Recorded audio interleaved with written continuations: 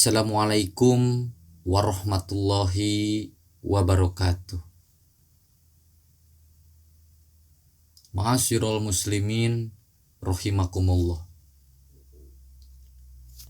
6 perkara yang apabila terkumpul kepada seseorang maka dipastikan dia masuk neraka, dan sebaliknya dari 6 perkara ini apabila terkumpul pasti orang ini dimasukkan ke surga.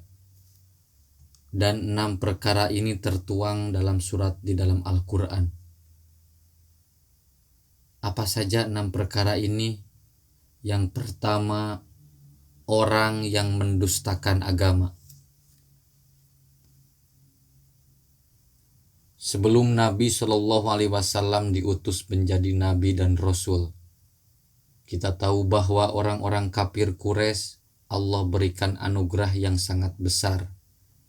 2 nikmat yang Allah berikan kepada mereka, dan itu Allah Subhanahu wa ta'ala sebutkan dalam Al-Quran dalam surat Quraisy. Alladina at'amahum min ju'i wa amanahum min khawf. Yang pertama Allah berikan yaitu kesuksesan dalam usaha, dan yang kedua Allah berikan kenyamanan hidup kemanapun mereka ingin bepergian. Dan itu 2 nikmat yang sangat besar. Tetapi 2 nikmat ini tidak pernah disyukuri, padahal Allah Subhanahu wa ta'ala hanya mengatakan Faya'budu rabbahadal bait, sembahlah Rabb pemilik Ka'bah ini. Mereka paham Ka'bah ini memiliki Rabb. Ma'asyiral muslimin rahimakumullah. Ketika Allah Subhanahu wa ta'ala mengutus utusan dari kalangan mereka, laqad ja'akum rasulun min anfusikum, telah datang kepada kalian seorang rasul dari kalangan kalian, diambil dari orang-orang Quraisy sendiri, yang mereka paham bagaimana kehidupan sejak kecilnya sampai dewasanya, dan mereka juga tahu akhlaknya sampai menyebutnya rajulun amin, orang yang sangat amanah. Tapi ketika orang ini diangkat oleh Allah menjadi nabi dan rasul dan mulai menyerukan kepada kafir Quraisy untuk menyembah kepada Rabb pemilik Ka'bah yang telah menyelamatkan mereka dari serangan Abrahatul Asrom, mereka menolak dakwah Nabi SAW. Dan tidaklah mereka menolak dakwah kecuali karena keras hati mereka. Alasannya karena bagi mereka kemuliaan itu terletak pada harta, kemuliaan itu terletak pada pangkat, kemuliaan itu terletak pada jabatan, kemuliaan itu terletak pada kedudukan, dan bagi mereka kehinaan itu adalah orang-orang fakir dan miskin. Kehinaan itu adalah orang-orang yatim. Kehinaan itu adalah orang-orang yang tidak memiliki pangkat, jabatan, dan kedudukan. Dari sinilah kekerasan hati mereka muncul yang menolak ajaran Nabi SAW dan mendustakan agama. Yang kedua, orang-orang yang menghardik anak yatim. Yatim yaitu anak yang belum balik dan ditinggal mati bapaknya. Ada juga yang mengatakan ibunya, tapi yang masyhur dikatakan yatim itu ketika anak ini ditinggal mati oleh bapaknya.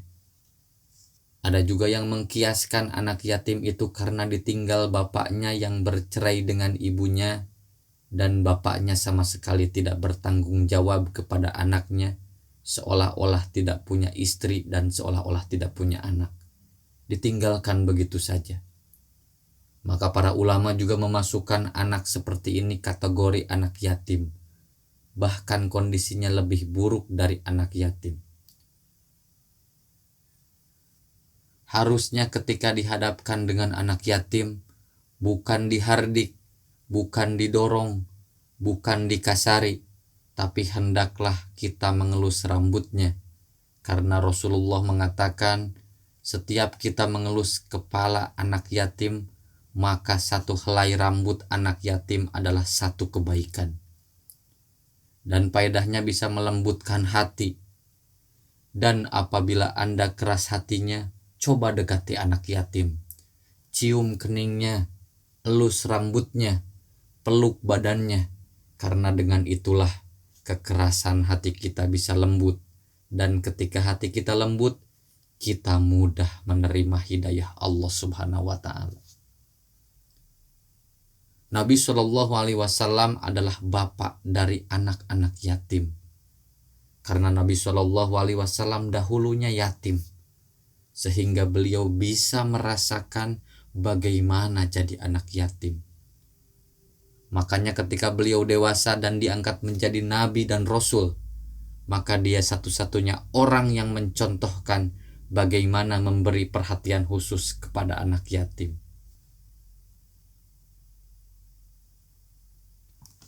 Yang ketiga, yang menyuruh orang supaya tidak memberikan bantuan kepada fakir miskin. Terkadang Allah Subhanahu wa Ta'ala takdirkan kita ini miskin, dan itu ketentuan Allah Subhanahu wa Ta'ala. Tetapi kemiskinan kita tidak sendiri. Terkadang ada di lingkungan kita itu keluarga yang jauh lebih miskin daripada kita. Kalau seandainya kehidupan kita miskin tapi ada orang yang jauh lebih miskin daripada kita, kemudian kita ingin membantunya, tapi karena kemiskinan kita tidak bisa membantu orang miskin tersebut, maka kita bisa mencari orang lain, mungkin kerabat, mungkin keluarga, mungkin sahabat yang mampu. Katakan kepada mereka, kalau ada keluangan rezeki, bantulah tetangga saya, yaitu orang fakir miskin tersebut. Harusnya seorang muslim seperti itu, saling membantu, saling menolong, saling mengingatkan. Jangan juga seorang muslim itu sudah tidak mampu untuk membantu orang miskin, dia halangi pula untuk orang lain membantu orang miskin, dan tidak pernah menganjurkannya, bahkan cenderung menghalang-halanginya. Dan itulah salah satu sifat para pendusta agama. Ingat sifat para pembenar agama, yaitu suka memberi makan fakir miskin. Bahkan Nabi SAW ketika menyebutkan satu tempat yang tinggi di surga, namanya Ghuraf.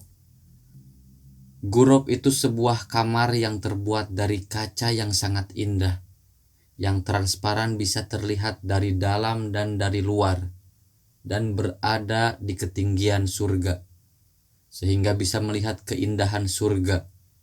Ketika Nabi SAW ditanya, apakah tempat itu khusus untuk para nabi dan rasul saja? Dan Nabi pun menjawab, tidak. Tempat itu siapapun bisa mendapatkannya.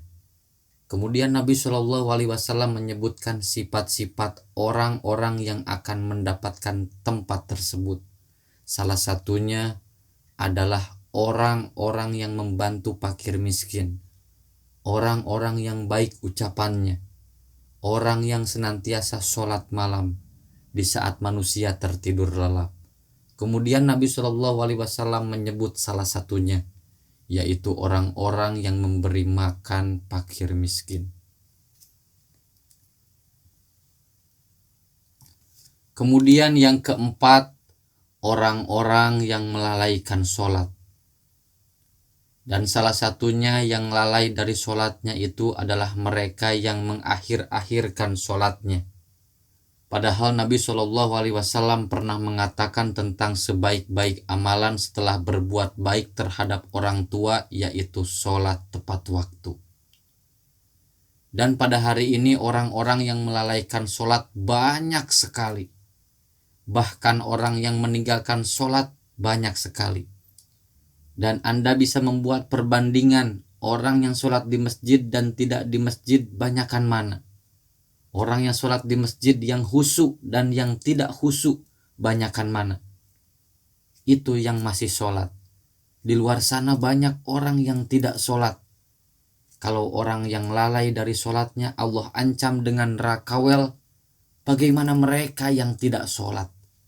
Maka Allah mengatakan, mengapa kalian bisa masuk ke dalam neraka Sakor? Karena mereka tidak sholat.